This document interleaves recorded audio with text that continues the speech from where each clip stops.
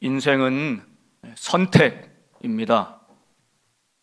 더 중요한 것을 선택하기 위해서는 덜 중요한 것을 버려야 합니다. 다 중요하다고 여겨지면 선택하기가 참 어렵습니다. 요즘 이제 날씨도 좋아서 찬양대 또 우리 선교회 공동체 야외를 많이 나가시는데 어디로 갈 것인가? 너무 좋은 데가 많잖아요. 그래도 가장 좋은 곳으로 선택해야 되지 않습니까? 또 그 많은 분들이 가는데 어느 식당에 가서 무슨 음식을 먹을 것인가? 이게 또 중요하잖아요. 여러분, 우리의 선택에는 반드시 결과가 있고 또 그 결과는 선택한 책임을 져야 한다는 사실입니다. 이것이 인생이고 우리의 신앙생활도 마찬가지죠. 좀 더 와닿도록 여러분 이런 예를 한번 들어보죠. 길 가다가 길에 5만 원짜리 한 장과 1,000원짜리 한 장이 떨어져 있어요. 여러분 무엇을 선택해서 주어야 됩니까? 예? 뭐 웅성웅성 하셨는데 확실한 건 1,000원이요 이런 분은 안 계시네요. 대부분 둘 다요 그러십니다. 역시 현명하십니다. 그럴 줄 알고 제가 한 가지 질문을 더 생각해 봤어요. 지나가는데 길가가 아니라 하늘에서 지폐가 막 떨어지는 거예요. 근데 거기 100장인데 5만 원 거는 딱 2장이고 1,000원짜리는 98장이에요.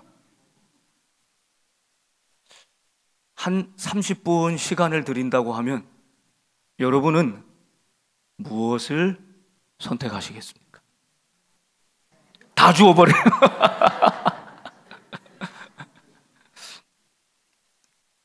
아마 어떤 분은 두 부류로 나뉠 것 같아요. 어떤 분은 나는 5만 원짜리만 찾겠다. 그 효율을 선택할 수도 있고요. 어떤 분은 어차피 줍는 건데 닥치는 대로 다 주워서 그렇게 얻겠다 하는 분도 계시겠죠. 여러분 우리의 인생은 크고 작은 선택의 연속이고 그 선택은 반드시 결과가 따릅니다. 어떤 선택은 내가 예상치도 못한 기쁨을 결과로 안겨주기도 하고 어떤 선택은 두고두고 내 인생에 후회와 고통을 주기도 합니다. 오늘 로마의 총독인 빌라도 앞에 유대의 대제사장들과 서기관들과 온 공회원이 하나로, 이 말은 무슨 뜻이냐면 매우 종교 중심적인 유대 사회가 종교 지도자와 정치 지도자들이 한마음 한뜻이 되어서 이미 결정을 끝내고 예수님을 죽이기로 작정하고 지금 빌라도 앞에 데리고 온 것입니다. 왜냐하면 빌라도는 그 당시 로마의 총독이므로 그 주둔지인 이 유대 팔레스타인 땅의 모든 군사력을 가지고 있는 사람, 치안을 담당해야 되는 사람, 그리고 모든 사법 체계의 결정권을 가지고 있는 수장입니다. 그리고 모든 조세나 조공을 어떻게 할지를 결정하는 재정의 책임을 맡고 있는 사람이지요. 그런데 로마는 이 식민지 정책을 펼 때 상당히 유화 정책을 폈습니다. 그래서 이 복잡하게 얽혀 있는 유대 팔레스타인 땅을 다스릴 때 그곳에 이미 차지하고 있는 헤롯 가문의 분봉 왕들을 그대로 인정해 주었지요. 그리고 유대인들의 유일신 하나님을 향한 그 엄청난 율법과 성전을 중심으로 하나님을 향한 그 신앙, 여기에 핵심에는 성전의 모든 제사를 주관하고 사람들에게 율법을 가르치는 대제사장들, 이 종교 지도자들의 엄청난 권력을 가지고 있었던 것입니다. 그러니 이 땅에 와서 그저 사람들이 밀란이나 소요를 일으키지 않고 잘 다스리기 위해서는, 여기에 무슨 문제가 생기면 본인이 책임을 져야 하는 자리에 있는 이 빌라도는 이 복잡한 정치, 사회, 경제적인 상황들을 잘 보면서 우선은 대제사장들과 손을 잡고, 그리고 백성들의 민심을 사야 하는, 그 마음을 사야 하는 위치에 놓여 있었던 것입니다. 자, 이런 상황 가운데 지금 빌라도 앞에 예수님을 잡아온 것입니다. 이미 유대인 종교 지도자들은 온 공회와 함께 예수님을 죽이기로 작정했습니다. 그러니까 종교 재판은 이미 끝났어요. 그런데 자기들이 스스로 사형에 처할 수는 없지요. 그래서 로마 총독인 빌라도에게 이 예수님, 이 중죄인을 어떻게 할까요? 고발하러 판결을 위해 데리고 온 것입니다. 유대인의 전례는 이 6월절이 되어서 우리나라도 무슨 광복절 되면 특별 사면해 주지 않습니까? 그래서 죄수 중에 하나를 풀어주는 전례가 있습니다. 지금 빌라도 앞에 밀란을 일으키고 살인도 한 분명한 죄를 가지고 있는 중죄인 바라바라는 사람이 서 있고, 또 한편에는 우리를 위해 이 땅에 오시고 아무 죄도 없으시지만 십자가를 지시기 위해 모든 불의와 고통과 수치와 모욕을 침묵으로 감당하고 계시는 예수님이 서 있습니다. 다른 성경의 다른 사본이나 역사학자들의 이야기에 따르면 이 바라바라는 사람의 이름이 본래 바라바 예수래요. 그러니까 지금 빌라도 앞에는 잔인무도한 죄를 지은 바라바라 하는 예수와 아무런 죄가 없으신 의로운 분 그리스도이신 예수, 두 예수가 서 있는 셈이지요. 자, 누구를 살릴 것인가? 누구를 죽일 것인가? 어찌 보면 인류 역사상 가장 중요한 선택이 빌라도 앞에 놓여 있는 것입니다. 그러나 지금 우리가 보기에는 바라바와 예수를 한 자리에 놓여 두었다는 사실만으로도 우리는 도저히 용납할 수 없는 이 말도 안 되는 불의한 심판에서 빌라도는 최악의 선택을 하고 맙니다. 잘못된 선택을 하고 맙니다.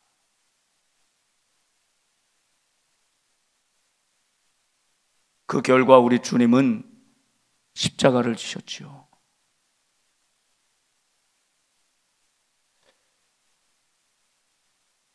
최악의 인간의 잘못된 선택에도 하나님은 하나님의 놀라운 섭리 가운데 이 잘못된 선택을 통해서도 십자가를 통하여 부활이라고 하는 위대하고 놀라운 하나님의 구원의 역사를 우리에게 행하시는 분이십니다. 우리는 그 하나님의 놀라운 섭리에 찬양하며 감사하지만, 그러나 여러분, 빌라도는 그가 오늘 내린 잘못된 선택으로 말미암아 두고두고 오늘 우리 예배 시작할 때 신앙 고백할 때도 본디오 빌라도에게 고난을 받아 십자가에 죽으셨다. 예수님을 십자가에 몰아넣은 더 큰 잘못과 직접적인 원인은 대제사장들에게 있고, 오늘 충동에 의해서 어리석게도 예수를 못 박으라고 외친 그 자리에 있었던 수많은 백성들에게 있지만 역사는, 오늘 우리의 고백은 본디오 빌라도에게 주님이 고난당하셨다. 가장 불명예스러운 이름으로 남고 맙니다. 오늘의 선택이 이러한 결과를 낳았다는 사실을 잊지 말아야 합니다. 빌라도는 어리석고 미련한 잘못된 선택을 하였습니다. 그에게도 기회가 있었습니다. 한번 살펴볼까요? 그는 예수님에게 어떤 잘못도 발견하지 못했습니다. 어떤 혐의점도 찾지 못했습니다. 그러면 그것이 사실이라면 예수님을 풀어주어야 되는 것 아니겠습니까? 그러나 그는 갈팡질팡 우왕좌왕하고 있습니다. 그는 심지어 다른 본문에서 이 일은 나와 상관이 없다, 너희가 책임을 져라 하며 손을 씻기도 하지 않았습니까? 그의 아내는 불길한 꿈을 꾸고 그의 남편에게 그런 일을 하지 말라고 말리기도 하지 않았습니까? 그의 양심과 사실은 예수님이 죄인이 아니라는 사실을 분명히 가리키고 있었지만 빌라도는 잘못된 선택을 하고 맙니다. 여러분, 5절의 말씀을 보면 빌라도가 예수님께 이런저런 이야기를 물어도 주님은 대답하지 않으시고 딱 한 말씀 대답하시죠. 네가 유대인의 왕이냐? 내 말이 옳도다. 예수님은 그 불의한 재판정에서 수많은 사람들의 고발을 들었어도 한 말씀도 대답하지 않았는데 이 말 한마디는 남기시는 겁니다. 네가 유대인의 왕이냐? 그렇다. 네가 그리스도냐? 내가 그러다. 왜냐하면 예수님은 이 땅에 유대인의 왕, 아니 만왕의 왕으로 오셨기 때문입니다. 마가복음 말씀을 처음 시작하면서 우리가 초점을 놓치지 말아야 될 질문은 예수님이 누구이신가라는 것이죠. 예수님은 누구이십니까? 그 모든 말씀과 그 모든 이적을 통해서 보여주셨고 지금은 불의한 자들의 고발에 고소에 한 말씀도 대답하지 않은 그 주님이, 침묵하시는 그 주님이 스스로 분명하게 드러내시는 사실은 내가 그리스도다, 내가 만왕의 왕이다. 이 사실을 이 세상에 알리러 보여주러 오신 분이시기에 오직 이 말씀에만 대답하시는 것입니다. 5절 말씀 보면 예수께서 다시 아무 말씀으로도 대답하지 아니하시니 빌라도가 놀랍게 여기더라. 대제사장들이 수많은 이야기로 예수님을 고발했습니다. 백성들을 선동한 자요, 미혹하게 하는 자요, 자칭 왕이라고 하는 자요, 가이사에게 세금을 받지 말라고 한 자요, 성전을 허물어뜨리는 자요, 금식하지 않는 자요, 수많은 이야기로 예수님에게 고발하였지만 주님은 아무 말도 대답지 않으셨다. 빌라도가 이것을 알았다는 겁니다. 놀랍게 여겼다는 것입니다. 왜 그렇습니까? 보통 죄인들이면 끝까지 죄가 없다고 항변하거나 특별히 억울한 고소와 고발하는데 자기 자신을 위해서 변호하는 것 아니겠습니까? 그런데 이에 대해서는 예수님은 한 말씀도 하시지 않았습니다. 빌라도는 이것을 알았습니다. 놀랍게 여겼습니다. 그런데도 빌라도는 잘못된 선택을 하고 있는 것입니다. 10절에 보시면 빌라도는 대제사장들이 이 예수님을 시기하여서 자신에게 넘겨준 것도 알고 계셨습니다.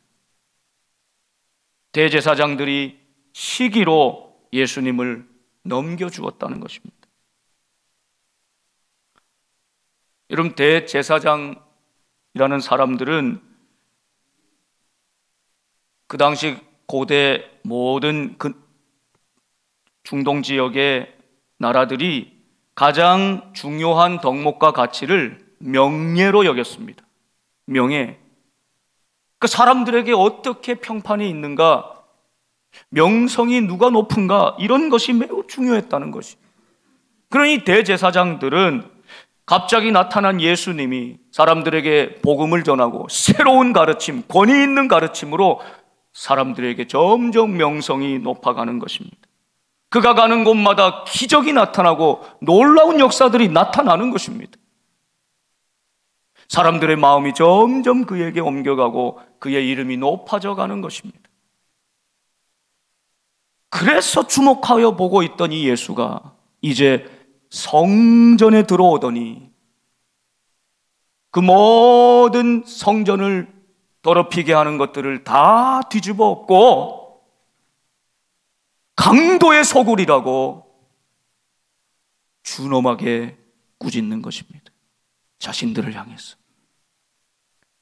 모든 제사와 모든 종교의 권력을 독점하고 있던 이 대제사장의 무리는 이 예수님을 가만히 둘 수 없는 것이죠.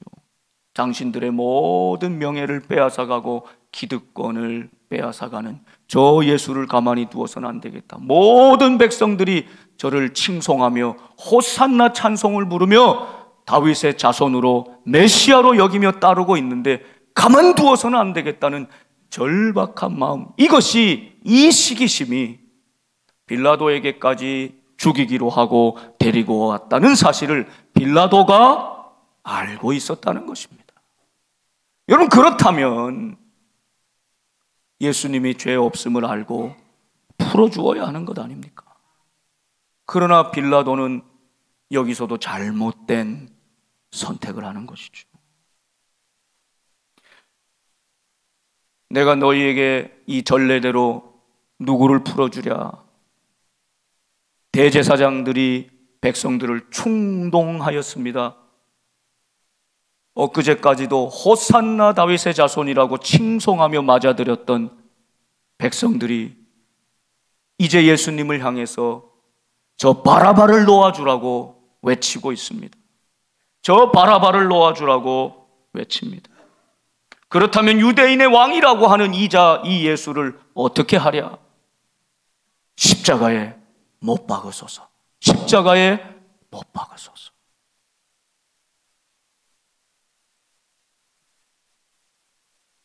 빌라도가 14절에 다시 이렇게 말하죠. 어찌미냐? 무슨 악한 일을 하였느냐? 저 예수라는 자가 무슨 악한 일을 하였느냐? 나는 그것을 찾지 못하였노라 할 때도 백성들은 더욱 소리를 지르며 십자가에 못 박게 하소서 외치고 있는 것입니다. 빌라도의 잘못된 선택 뒤에는 대제사장들이 자신의 이익만 생각하며 자신의 명성이 추락하는 것들을 불안하게 여기며 하나님의 뜻, 하나님의 역사를 바라보지 못하고 오직 자신의 이익에 골몰하며 잘못된 선택으로 예수를 죽이기로 한 것입니다. 이것이 먼저 대제사장들의 잘못된 선택이 있는 것이고요. 백성들 또한 자신들에게 떡을 나눠주시고 생명을 주시고 이 로마로부터 구원해 주실 메시아, 강력한 힘을 가진 분으로 여겼다가 초라하게 죽어가는 저 예수님을 보면서 더 대제사장들의 충동질에 못 이겨 그를 십자가에 못 박으라고, 그를 죽이라고 우둔하고 어리석은 마음으로 외쳤던 것입니다. 이 또한 백성들의 선택인 것이죠. 빌라도는 진리에 따라 선택하지 않았습니다. 하나님의 말씀과 뜻을 따라 선택하지 않았습니다. 대제사장과의 앞으로의 관계, 혹시 일어날 밀란이나 소요를 염려하면서 백성들의 마음을 누그러뜨리기 위한 상황적인 것들로 이 중요한 갈림길에 선택하고 있는 것입니다. 그것을 분명히 보여주는 말씀이 15절 말씀이죠. 15절 같이 한번 읽어볼까요? 시작. 빌라도가 무리에게 만족을 주고자 하여 바라바는 놓아주고 예수는 채찍질하고 십자가에 못 박히게 넘겨주니라.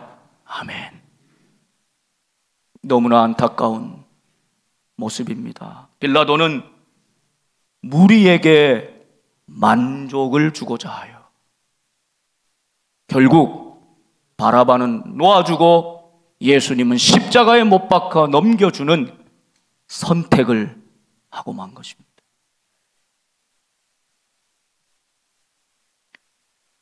이 불의한 판결의 현장에서 예수님은 끝까지 침묵하십니다. 아들의 죽음을 보면서도 하나님도 끝까지 침묵하십니다.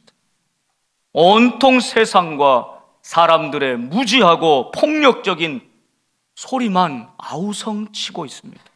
그 속에 빌라도는 그 소리를 이기지 못하고 바라바를 놀아주어 저 예수를 십자가에 못 박으라는 백성들의 만족을 주고자 최악의 선택, 잘못된 선택을 하고 만 것입니다. 사랑하는 여러분, 여기서 우리는 빌라도의 어리석음을 통하여 우리 자신을 보아야 합니다. 나를 깊이 들여다볼 수 있어야 합니다. 지금까지 나는 무엇을 기준으로 선택하며 살아왔습니까? 크고 작은 선택의 순간 나는 정말 하나님의 음성을 들었습니까? 하나님의 뜻을 붙들었습니까? 하나님의 때를 따랐습니까? 그러지 않고 상황에 따라 내 눈에 좋은 대로 본능대로 행했다면 우리도 결코 빌라도와 다를 바가 없는 것 아니겠습니까? 빌라도만한 지위와 권력에 없어서 그렇지, 그런 자리에 있었다면 우리의 그 선택이 빌라도와 같은 결과를 낳았을지 모르는 것 아니겠습니까? 지금 내가 보기에는 당장 옳게 보여도 하나님 뜻이 아니라면 반드시 실패하게 되어 있습니다. 그것이 은혜이고 그것이 순리입니다. 그런데 그 실패가 오히려 또 내 삶을 바르게 인도하는 디딤돌이 되기도 하죠. 오늘 우리의 선택이 반드시 결과를 낳고 그 결과에 책임져야 한다는 사실은 성경에 너무나 많은 사건 가운데 보여주고 있습니다. 에서가 들사람이잖아요. 남자다운. 또 야곱은 집에서 있는 아들이었습니다. 하루는 들에 나가서 에서가 사냥하고 그렇게 돌아왔는데 너무 피곤하고 배가 고프고 지쳤습니다. 이 기회를 놓치지 않고 야곱은 또 떡과 팥죽을 잘 준비해 놓고요, 그 냄새가 살 이렇게 나는데 피곤하고 지쳐있는 에서에게 딱 한 가지 이야기를 하죠. 형님, 그 장자의 명분 내게 넘기시오. 그러면 이 팥죽 드리리라. 에서는 너무나 피곤하고 지쳐서 또 이것을 아주 쉽게 여겼습니다. 설마 뭐 이 팥죽 한 그릇 내가 한다고 진짜 장자 명분이 왔다 갔다 하겠어? 이미 정해진 건데 그게 왔다 갔다 하겠어? 쉽게 판단하고 선택한 것이죠. 눈앞에 있는 팥죽을 선택해버린 것입니다. 여러분, 그 결과 어떻게 됩니까? 결국에 야곱에게 장자의 명분과 또 아버지의 축복까지 다 빼앗겨 버립니다. 에서는 억울해합니다. 분통해합니다. 저 야곱이 나를 속였다고. 그러나 하나님은 냉정하십니다. 에서가 선택한 것이거든요. 창세기 25장 32절 이하에 이렇게 기록되어 있죠. 이 사건을 정리하면서 들어보십시오. 에서가 이르되 내가 죽게 되었으니 이 장자의 명분이 내게 무엇이 유익하리요? 여러분, 사실 에서가 정말 죽게 되었습니까? 좀 피곤하고 지치고 배가 심히 고팠지만 죽게 된 것은 아닙니다. 충동적으로, 순간적으로 판단할 때 이런 실수를 하게 되는 것입니다. 야곱이 이르되 오늘 내게 맹세하라. 야곱은 아주 단호합니다. 이 기회를 놓치면 안 됩니다. 그러니 맹세하십시다. 에서가 맹세하고, 분명히 에서가 맹세하지 않았습니까? 장자의 명분을 야곱에게 판지라. 자신의 선택인 것입니다. 야곱이 떡과 팥죽을 에서에게 주매 에서가 먹으며 마시고 일어나 갔으니 에서가 장자의 명분을 가볍게 여김이었다. 가볍게 여겼다. 그리고 이날의 선택은 그가 평생 책임져야 될, 그 후손과 후손까지 책임져야 될 결과를 낳고 말지요. 또 한 가지, 하나님께서, 사람의 중심을 보시고 택하시는 하나님께서 이스라엘 첫 왕으로 세운 사울 왕, 그런데 그 사울 왕이 아말렉 족속과의 싸움에서 다 죽이고 진멸하라, 하나도 남김이 없게 하라 하신 하나님의 말씀을 가볍게 여겼습니다. 그래서 자기 눈에 보기에는 좋은 것들을 몇 가지 남겨두었습니다. 99%를 지켰어요. 그런데 1%를 내가 좋은 것, 명분도 좋지요, 하나님께 제사 드리려고. 그래서 남겨두었습니다. 그러나 이 선택이 어떤 결과를 낳습니까? 하나님이 사무엘을 통하여 사울을 책망하십니다. 두 번 기회를 주실 만한데 아주 단호하게, 냉정하게 사울에게 선포하십니다. 당신이 하나님의 말씀을 소홀히 여기고 가볍게 여기고 하나님의 말씀을 버렸으니 하나님도 당신을 버리십니다. 더 이상 이스라엘 왕이 될 수 없습니다.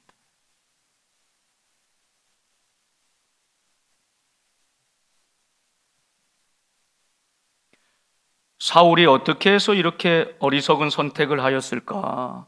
어찌 보면 사울도 참 억울했을 것 같아요. 하나님 말씀 거의 다 그대로 지켰고 그냥 몇 양과 소 제사 드릴 것들, 좋은 것들만 남겨두었습니다. 그것도 하나님께 제사 드리려고 남겨놓은 겁니다. 얼마나 그럴듯한 명분과 이유가 됩니까?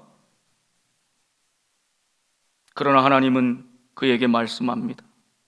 여호와께서 번제와 다른 제사를 그의 목소리를 청종하는 것을 좋아하심같이 좋아하시겠나이까? 순종이 제사보다 낫고 듣는 것이 수량의 기름보다 낫습니다.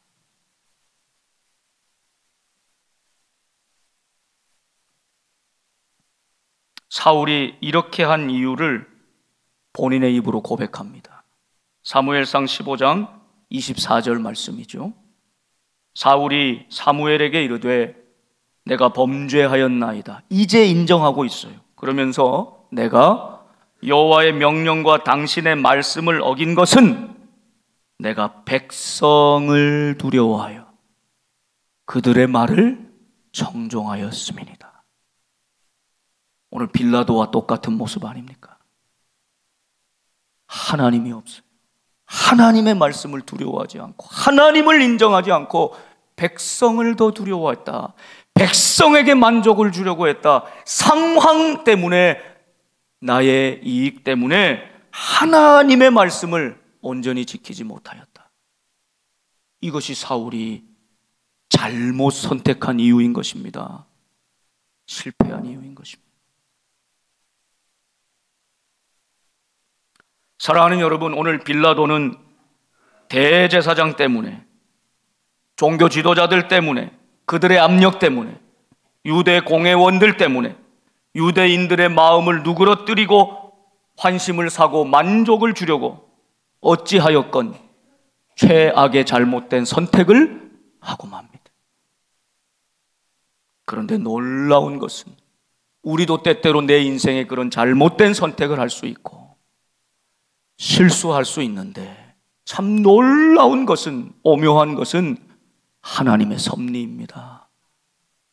인간의 잘못된 선택과 부족한 판단 속에서도 하나님은 내 인생을 가장 선한 길로 인도하십니다. 하나님은 우리 교회를 가장 아름답고 거룩한 하나님의 뜻대로 인도하십니다. 그것이 우리에게 소망 아닙니까? 그것이 우리에게 위로 아닙니까? 나는 최선을 다한다고 선택했지만 그것이 언제나 하나님 앞에서 옳은 것도 적절한 것도 아닐 수 있습니다. 오직 하나님께서 우리의 실수와 때로 잘못된 선택을 통해서도 그것을 사용하셔서 십자가의 역사를 이루시는 하나님, 부활의 생명을 주시는 하나님, 그것이 우리에게 위로가 되는 것입니다. 나는 실수하여도 하나님은 실수하지 않으십니다. 오히려 우리의 실수를 통해서도, 잘못된 선택을 통해서도 하나님은 그것을 바꾸시고 회복시키시고 마침내 하나님의 뜻을 이루시는 분이십니다. 때로 내가 내린 잘못된 선택, 그것은 반드시 결과가 있고 그 책임을 받아들여야 한다는 사실을 기억해야 합니다. 그러나 그것이 끝이 아니라 우리가 잘못된 선택에 잘못된 결과의 책임을 온전히 받아들이고 이것이 회개지요. 그럴 때 하나님께서는 그 잘못된 선택을 통해서도 반드시 하나님의 의를 이루시고 구원과 회복으로 우리의 삶을 인도하시는 거룩하신, 아름다우신 우리 하나님의 역사를 바라보는 저와 여러분 될 수 있기를 주님의 이름으로 축원합니다. 기도하겠습니다.